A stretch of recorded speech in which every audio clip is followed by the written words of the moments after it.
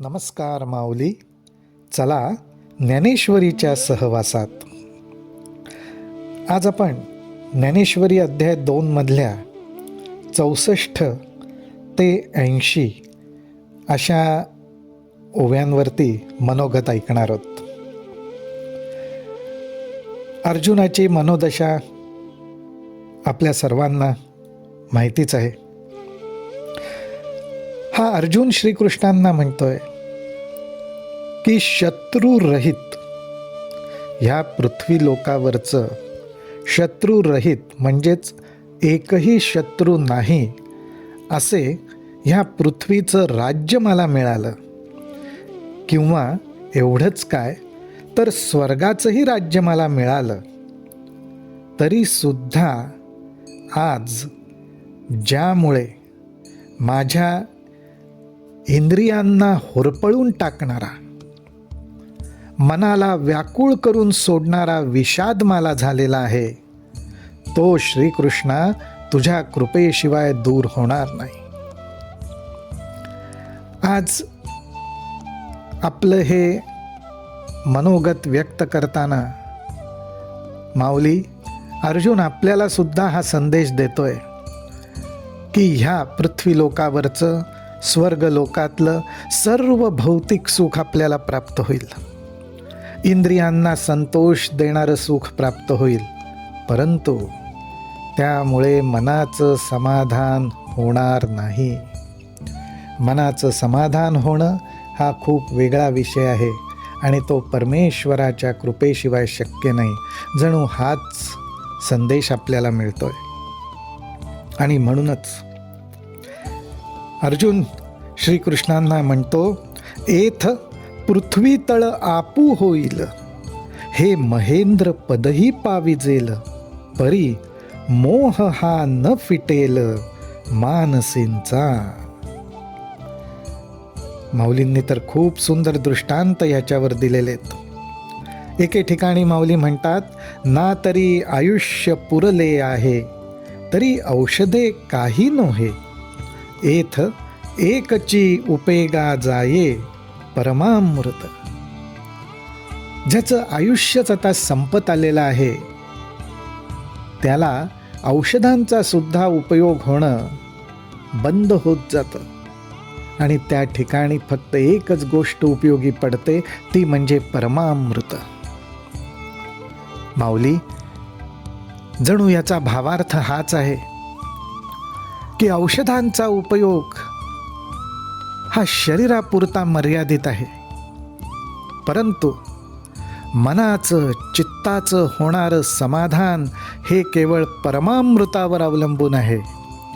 आणि परमामृत हा काही औषधांसारखा पदार्थ नाही, तर देहबुद्धी जाऊन आत्मबुद्धी प्रगट होणं, देहबुद्धी जाऊन आत्मबुद्धी प्रगट होणं, ही देहबुद्धी जाण्यासाठी जे औषध काम करतं त्यालाच जणू माऊली परमामृत म्हणतायत असं वाटतं.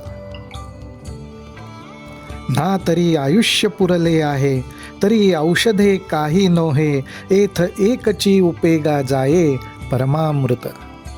आणि माऊली या ठिकाणी एकच गोष्ट परमामृतासारखं काम करतं, ते म्हणजे भगवंताचं स्मरण, नामस्मरण. अर्जुन श्रीकृष्णांना म्हणतो, तैसे राज्य भोग समृद्धी, उज्जीवन नोहे जीवबुद्धी, एथ जिव्हाळा कृपानिधी कारुण्य तुझे. अर्जुनाने इथे जीवबुद्धीचा उल्लेख केलेला आहे की राज्यभोगाची भौतिक सुखाची प्राप्ती झाली तरी त्यामुळे बुद्धीला विवेक उत्पन्न होईल अशी आशा नाही, अशी खात्री देता येत नाही. परंतु परमेश्वरा तू करुणासागर आहेस आणि तुझी करुणा आणि कृपा यांनी तूच जर आम्हाला काही उपदेश केलास तरच आमच्या जीवाचा उद्धार होईल, हे अर्जुन सांगतो. आणि ह्या ठिकाणीच आपल्या ज्ञानोबारायांनी अर्जुनाची ही भावना टिपली आणि ती टिपताना ज्ञानोबाराय म्हणतात की काही क्षणांपुरता का होईना अर्जुनाने अविवेक बुद्धीचा त्याग केला होता, पण काही क्षणच. ऐसे अर्जुन तेथ बोलिला, जव क्षण एक भ्रांती सांडिला. काही क्षणापुरतीच त्यांनी भ्रांत अवस्था सांडली, म्हणजे त्याचा त्याग केला होता. मग पुनरपी व्यापिला उर्मी तेणे. परंतु काही क्षणात परत एकदा मोह ममतेच्या उर्मीने त्याला व्यापून टाकलं. माऊली ज्ञानोबारायांनी ह्या ठिकाणी आता एक दृष्टांत मांडलाय. त्याच्यात माऊली असं म्हणतायत, माऊलींना अर्जुन डोळ्यासमोर दिसतोय आणि तो कसा दिसतोय की मज पाहता उर्मी नोहे, हे अनारिसे गमता आहे, तो ग्रासिला महामोहे काळ सरपे. माऊली म्हणतात, मला तर असं दिसतंय की ही नुसती शोकाची उर्मी नाही, केवळ मनाला होणारं दुःख शोक ह्याची उर्मी नाही, तर हे काहीतरी वेगळंच आहे. आणि हे काय वेगळं आहे तर स्वजनांच्या मोहामुळे ममतेमुळे होणारी व्याकुळता आहे. आणि ह्या महामोहरूपी काळ सर्पाने अर्जुनाच्या मर्मावरती दंश केलेला आहे. बघा, उगीच हातापायावर वगैरे दंश केला नाहीये, तर मर्मस्थानी दंश केलेला आहे. आणि हे मर्मस्थान कुठलं तर सवर्म हृदय कल्हारी, हृदयस्थान आहे. या हृदयालाच या महामोह ममतारूपी काळ सर्पाने दंश केलाय, थेट हृदयावर.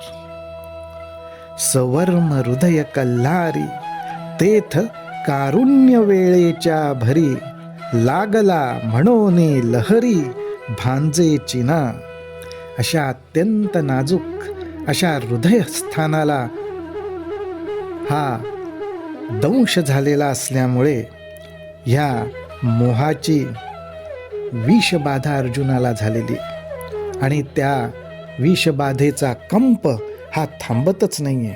त्याच्या उर्मी वरच्या वर प्रगट होत आहेत आणि त्यांनी हा अर्जुन अत्यंत व्याकुळ होऊन गेलेला आहे. आता हा झालेला सर्पदंश, याच्यावर औषध कोणाकडे, असा गारुडी कोण आहे तर इथे एकच गारुडी आहे, श्रीहरी. आणि श्रीकृष्णांनी तर हे जाणलंच की हे अर्जुनाचं काहीतरी वेगळंच आहे. आणि आता हा दंश आणि ह्या दंशाचा विषाचा असर जर मला घालवायचा असेल तर आता मलाच धाव घेतली पाहिजे. हे जाणोनी ऐसी प्रौढी, जो दृष्टी सवे विष फेडी, तो धावया श्रीहरी गारुडी पात लागे. अहो, नुसता आपल्या एका दृष्टिक्षेपाने जो मोह ममता रूपी विष फेडून टाकतो, नाहीस करून टाकतो, तो श्रीहरी अर्जुनासाठी धावून आला, त्याचं रक्षण करण्यासाठी धावून आला. आणि या अर्जुनाची अवस्था कशी दिसते माऊली, अत्यंत भीषण अवस्था आहे. अर्जुन हा पळून निघालाय. ज्याप्रमाणे ग्रीष्मकाळी आपण सुद्धा सगळेजण ग्लोबल वॉर्मिंगमध्ये सध्या उन्हाळ्यामध्ये जे काही टेम्परेचर वर जातं, 40च्या वर, 45च्या वर, 50च्या वर जातं आणि सगळी पृथ्वी माता पोळून निघते. माऊलींनी हेच वर्णन केलंय. माऊली म्हणतात, तया परी तो धनुर्धरू, जाहलासे दुःखे जर्जरू, जैसा ग्रीष्मकाळी गिरीवरू वणवला की. अहो, हा अर्जुन उन्हाळ्यात पेटलेल्या पर्वताप्रमाणे वणवा लागलाय. पर्वत पेटून उठलेत आणि सगळं काही होरपळून निघतंय. त्यातली जी धग आहे ती अर्जुनाला होणाऱ्या दुःखाची धग आहे. ती माऊलींना जाणवते, श्रीकृष्णाला जाणवते. आणि अशा या श्रीकृष्णाचं सांत्वन करायला, त्याला महाबोधाचा त्याच्यावर वर्षाव करायला श्रीहरी धावून आलेला आहे. म्हणून सहजे सुनिळू कृपामृते सजळू, तो वोळलासे श्री गोपाळू महामेघू. ज्ञानोबाराय म्हणतायत, अगदी सहजपणे स्वाभाविकरित्या अतिशय सुंदर नीलवर्ण असलेला हा श्रीहरी मेघ होऊन, आणि हा मेघ कसा आहे तर कृपारूपी पाण्याने भरलेला आहे. बघा, मेघ पाणी वाहून आणतात, त्याचप्रमाणे श्रीहरी सुद्धा धावत आलेला आहे. अर्जुनावर तो वर्षाव करणार आहे पाण्याचा, कारण अर्जुन वणव्यात पेटलेल्या पर्वतांप्रमाणे होरपळून निघतोय. पण हा पाण्याचा वर्षाव, हे पाणी कुठलं आहे तर हे कृपाजल आहे. काय सुंदर उपमा आहेत माऊलींची. आज आपलं सुद्धा जेव्हा मन काही कारणाने होरपळून निघत असेल, आपण सुद्धा ह्या नीलवर्ण श्रीहरीची कृपा भाकावी, त्याचं स्मरण करावं आणि खात्री बाळगावी, आपल्यावर सुद्धा तो कृपारूपी जलाचा वर्षाव करेल. हाच वर्षाव त्यांनी अर्जुनावर केला. कशासाठी तर मोह रूपी दुःखात विषादात पेटलेला अर्जुन रूपी पर्वत शांत होईल, आणि या अर्जुन रूपी पर्वतावरती पुन्हा विवेक आणि ज्ञान रूपी नवे अंकुर फुटतील. काय उपमा आहे ज्ञानोबारायांची. आता तो उदार कैसा वर्षेल, तेणे अर्जुना चळू निवेल, मग नवी विरुढी फुटेल उन्मेषाची. ज्ञानोबाराय हे सगळं वर्णन आपल्यासमोर प्रगट करणार आहेत, आणि त्यासाठी आपल्या मनाची तयारी करतायत, आणि त्यासाठी ते आपल्या सर्वांना प्रार्थना करतायत की मी निवृत्तीदास आहे.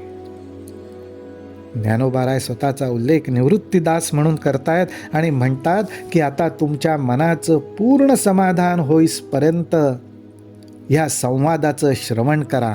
अर्थात आपल्याला ते ग्वाही देत आहेत की ह्या कथेचं श्रवण केल्यामुळेच तुमच्या मनाचं पूर्ण समाधान होणार आहे.